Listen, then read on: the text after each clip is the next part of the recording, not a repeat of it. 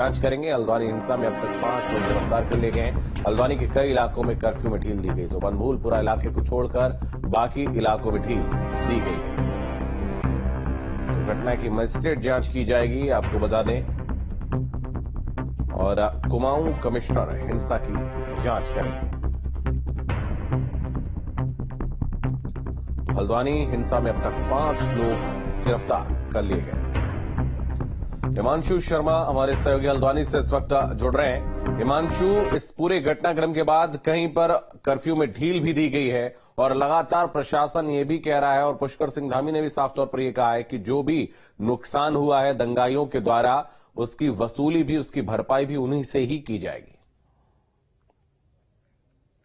और बिल्कुल देखिए, साफ है जिस तरह से गुरुवार यानी बृहस्पतिवार शाम को बनवनपुरा थाना क्षेत्र के अंदर ये जो उपद्रवियों द्वारा उपद्रव किया गया, थाने को आके हवाले कर दिया गया और सरकारी संपत्ति को नुकसान पहुंचाएगा, तो उसका हल तो उपद्रवियों से ही लिया जाएगा। दरअसल यूपी में जिस तरह से सीएम योगी ने पहल की थी, उसी तर्ज पर अब उत्तराखंड सरकार भी उपद्रव से उनकी संपत्ति कुर्क करने के बाद उन पर एनएसए की कार्रवाई करेगी और उससे हर्जाना वसूलेगी। अगर कुल हर्जाने की बात करें तो तकरीबन 5 से 6 करोड़ रुपए का नुकसान हुआ है सरकारी संपत्ति का, जिसमें से 5 करोड़ की संपत्ति नगर निगम और 1 करोड़ की जो संपत्ति रही है, जिसमें वाहन और आम थाने का पूरा अगर इंफ्रास्ट्रक्चर की बात करें तो वो रहा है। आम पब्लिक की भी बात करें, वो 1 करोड़ के समथिंग उसका आकलन किया गया है, तो वो बनाया जा रहे हैं, दस्तावेज बनाए जा रहे हैं। इसके अलावा 5 लोगों की इसमें मौत भी हुई है, जिसका खुलासा कल शाम जो डीआईओ है, डिस्ट्रिक्ट इन्फॉर्मेशन ऑफिसर, उनके द्वारा किया गया था। ये 5 लोगों की मौत हो गई है। फिलहाल अगर बात करें तो एक राहत की बात यह है, जो कर्फ्यू लगाया गया था बृहस्पतिवार शाम को जो हिंसा के बाद, अब उस कर्फ्यू में थोड़ी सी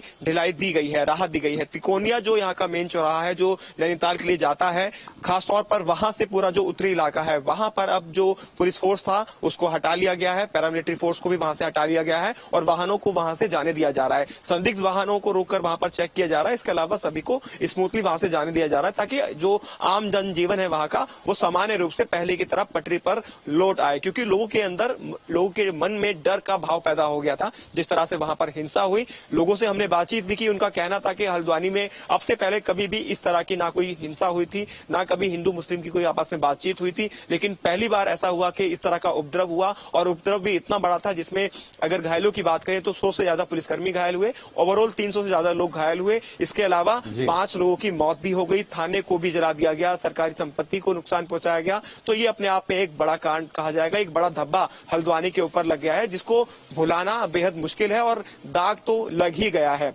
लेकिन अब से कुछ देर बाद यानी 1:30 बजे यहाँ के जो एसएसपी हैं प्रहलाद मीणा, वो प्रेस कॉन्फ्रेंस करेंगे। वो अब तक का अपडेट बताएंगे कि किस तरह की राहत रहने वाली है, और जो मार्केट यहाँ पर पूरी तरह से बंद है, किस किस मार्केट को खोलने की अनुमति यहाँ पर दी जाएगी, और इंटरनेट सेवाएं कब तक बहाल की जाएगी, क्योंकि पूरी तरह से इंटरनेट सेवाएं भी बंद की गई हुई है यहाँ पर। इसके अलावा इंटर तक जो कॉलेज है, स्कूल्स हैं, वो सब पूरी तरह से बंद है। स्कूलों के अंदर इन स्कूलों को कब खोला जाएगा, किस तरह की राहत आगे दी जाएगी। लेकिन इतना साफ है, जो भूलपुरा का इलाका है वो पूरी तरह से चप्पे चप्पे पर वहां पर पुलिस तैनात रहने वाली है। कर्फ्यू वहां पर लगातार अभी लगा रहेगा। वहां पर लोगों को बाहर निकलने की किसी भी तरह की कोई अनुमति नहीं दी जाएगी। डीएम भी वहां पर आज पहुंची थी, वंदना सिंह खुद दोबारा एक बार से वहां का मौका निरीक्षण करने के लिए। एसएसपी वहां पर दोबारा से आज पहुंचे थे। एडीजी खुद यहां पर नजर बनाए हुए हैं एक एक घटनाक्रम पर, और डीजीपी लगातार अपडेट ले रहे हैं आखिरकार अब क्या चल रहा है, एलआईयू इनपुट क्या है, और किस तरह से यहाँ का माहौल बना हुआ है, ताकि माहौल आगे ना खराब हो। अजीत सिंह राठी भी इस वक्त देहरादून से हमारे साथ जुड़ रहे हैं। अजीत, इस पूरे घटनाक्रम के बाद कहीं ना कहीं प्रशासन और शासन दोनों जो है वो सख्त नजर आ रहा है, जहां एक तरफ नुकसान की भरपाई खुद दंगाइयों से की जाएगी, जो योगी मॉडल देखने को मिला था जब उत्तर प्रदेश में कोशिश की गई थी हिंसा भड़काने की, तो मुख्यमंत्री योगी आदित्यनाथ ने भी यही किया था, और अब उसी के तौर पर यहां भी ऐसा किया जा रहा है। वहीं मजिस्ट्रेट जांच भी सौंपी गई है कुमाऊं कमिश्नर को।